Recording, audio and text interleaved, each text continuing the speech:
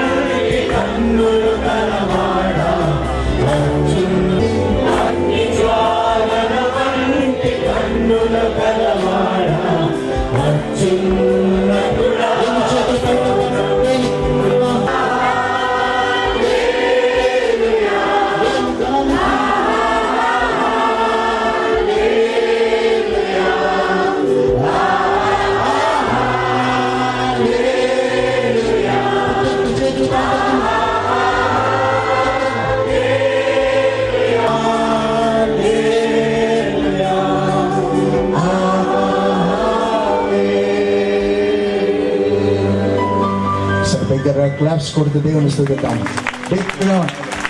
దేవుని స్తుతించుకున్నట్లయితే మాట్లాడేవారు ఆర్గనైజర్స్ మనం నడిపించడానికి ఆస్కారం ఉంటుంది. ఆర్గనైజర్స్ ఉండండి, మిగతా వారు ముందుకెళ్ళినట్లయితే.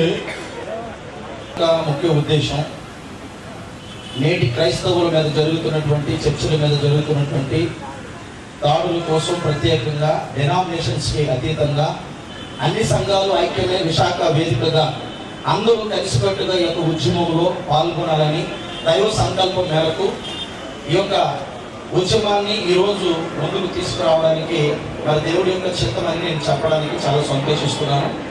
గత నెల 20వ తారీఖున ఇదే ప్రాంగణంలో నిరసన తెలియజేశాం. క్రైస్తవుల మీద జరుగుతున్న, క్రైస్తవ చర్చల మీద జరుగుతున్నటువంటి దాడుల విషయమై నిరసన తెలియజేసినప్పుడు ఆ నిరసనలో భాగంగా మన మధ్యలో మరి బ్రదర్ జోసఫ్ ప్రకాష్ గారు స్పందించి ఈ యొక్క కార్యక్రమాన్ని ముందుకు తీసుకెళ్దాం, పెద్ద ఉద్యమంగా ముందుకు తీసుకెళ్దామని వారి యొక్క ప్రోత్సాహం, అలాగే పెద్దలు చాలా మంది ఈ యొక్క కార్యక్రమాన్ని వెనుకూడి నడిపించిన వారు, ముఖ్యంగా ఈ కార్యక్రమం యొక్క ముఖ్య ఉద్దేశంగా గత నెలలో జరిగిన 20వ తారీఖు జరిగినటువంటి ఆ యొక్క ప్రభువైన యేసుక్రీస్తు నామమునకు వందనములు, స్తోత్రములు, మహిమ. వచ్చినటువంటి క్రైస్తవ సోదరి సోదరులకు, కాపరులకు ప్రభు పేరిట వందనాలు. మీడియా వారందరూ కూడా ఇంత ఎక్కువగా, ఇంత ఆసక్తితో మీరు రావడం మాకు చాలా ఆనందం. దేవుడు మిమ్మల్ని దీవించుగాక. ప్రభునందు ప్రియులారా, సోదరి మనులారా, ఇక్కడ మేము వచ్చింది ఏదో ఒక విప్లవం కొరకు కాదు, లేకపోతే ఎవరినో దూషించడానికి కాదు, కక్షలు సాధించడానికి కాదు. ఎవరైతే క్రైస్తవులను హింసిస్తున్నారో దేవా వారిని దీవించు, వారికి అన్ని విధాలా నీవు కాపాడు, వారి బిడ్డ పాపలను కాపాడు. వారు ఒక విధంగా క్రైస్తవ్యానికి మేలు చేశారు. హింసించిన వారు, క్రైస్తవులను చంపిన వారు, క్రైస్తవులను కొట్టిన వారు, క్రైస్తవులను రేప్ చేసిన వారు, సంఘాలను కాల్చిన వారు ఒక విధంగా ఏదో నాశనం చేశారనుకున్నారు, కానీ నిద్రపోతున్న సింహాల్ని లేపారు. యేసుక్రీస్తు యూద గోత్రపు సింహము, ఆ సింహపు పిల్లలం మేము. మా కోరలతో, మా పంజాలతో మేము కొట్టము. మా ఆయుధం ఒకటే, సహనము, ఓర్పు, ప్రేమ, ప్రార్థన. ఇది నాన్న మేమందరము చేరింది.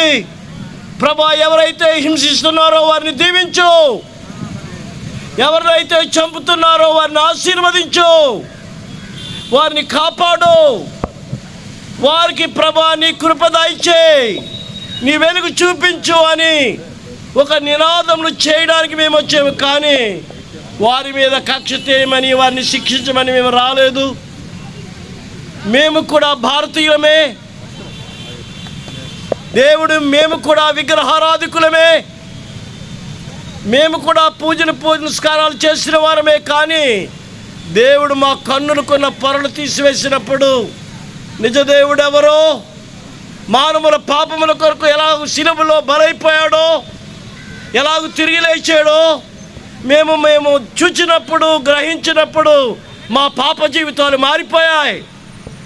మా జీవితాలు మార్పు కలిగజేసిన ప్రభువైన యేసుక్రీస్తు.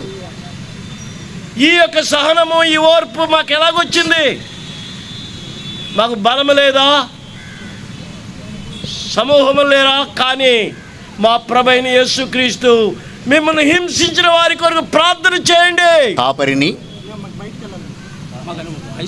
విశాఖపట్నంలో అనేకమైనటువంటి కార్యక్రమాల్లో బాధ్యత వహిస్తూ వాడి నడిపించినటువంటి వాడిని, పోరాటాలు చేయలేదు కానీ వీధికెక్కి మా శాంతియుతమైనటువంటి అభిప్రాయాలు మేము అందరితో పంచుకున్నాం, ప్రభువుతో పంచుకున్నాం, ముఖ్యమంత్రులతో పంచుకున్నాం. ఈ దినాన మేము ఈ వాయిస్ పాత్రికేయుల ద్వారా ఎవరైతే దీనికి కారకులై ఉన్నారో వారు సరైన నిర్ణయాన్ని తీసుకొని మాకు జరిగేటటువంటి అన్యాయాలు కానీ, మా మందిరాలు కూల్చడం కానీ, మా ఆడవారిని పరాభవించేటటువంటి విధానం కానీ, మమ్మల్ని రోడ్ల మీదకి ఎక్కి చాలా భయంకరంగా హింసిస్తూ ఆరాధన చేసుకునేటువంటి స్థలాలలో కూడా మాకు హక్కు ఉంది. కానీ ఆ హక్కును కూడా తమ చేతుల్లోనికి తీసుకుని ఎలా ప్రవర్తిస్తున్నారో నేను వేరుగా చెప్పనక్కర్లేదు. ప్రతిదినము దాని గురించి అనేక చోట్ల మనం చదువుతున్నాం, అనేక చోట్ల వింటున్నాం. కొంతమంది యవ్వనస్తులు విశాఖపట్నంలో ప్రేరేపించబడి ఆ జోసఫ్ ప్రకాష్ గారి యొక్క ఇన్స్పిరేషన్తో ఈ కార్యక్రమాన్ని వారు ప్రారంభించినందుకు ఒక సీనియర్ కాపరిగా నా అభినందనలు తెలియజేస్తున్నాను. ఏ విధంగా మేము మా యొక్క సందేశాన్ని ఇవ్వాలి, మేమేం చేసాం, ఎప్పుడైనా పోరాటాలు చేశామా? భారతదేశానికి సేవ అందించిన వాళ్ళలో క్రైస్తవులు ప్రథములు. అది మాత్రం ఒకటి జ్ఞాపకం చేస్తున్నాను. కాలేజెస్ కానీ, స్కూల్స్ కానీ, హాస్పిటల్స్ కానీ, ఇంకా చెప్పాలని చాలా ఉన్నాయి. అది మంచిది కాదు. ఇవాళ వాటి కోసం మేము మాట్లాడలేదు. కానీ మాకు జరుగుతున్న అన్యాయాన్ని మేము జ్ఞాపకం చేస్తున్నాం. మాకేం కావాలి అనే దాన్ని కూడా మేము ఆలోచిస్తున్నాం. చాలా చట్టాలు చేస్తున్నారు. దిశా చట్టాలు ఉన్నాయి, ఆ చట్టాలు ఉన్నాయి, ఈ చట్టాలు ఉన్నాయి. దానివల్ల అవందరికీ వారికి చుట్టాలుగా మారారు. కానీ మాకు కూడా ఒక చుట్టాన్ని మీరు ప్రసాదించండి. ఈ యొక్క ఒక చట్టం చేయండి మా కోసం, మా హక్కుల కోసం ఒక చట్టం చేయండి. మేము ఎక్కడికన్నా వెళితే మా కేసులు స్వీకరించండి. మేము పెట్టేటప్పుడు దయించి ఎఫ్ఐఆర్ రిజిస్టర్ చేయండి దేవుని సన్నిధానంలో. క్రైస్తత్వం అనేది మతం కాదు, లేదా ఇతరులను మార్చే పద్ధతి కాదు. Christianity is not a religion at all. మతం కాదు, మానవ జాతిని నిత్యత్వంలో నడిపించే మార్గం క్రైస్తత్వం. కనుక మా మీద దాడులు జరుగుతున్నాయనేది కామన్. అది ఈ దాడుల గురించి మాకేం భయం లేదు.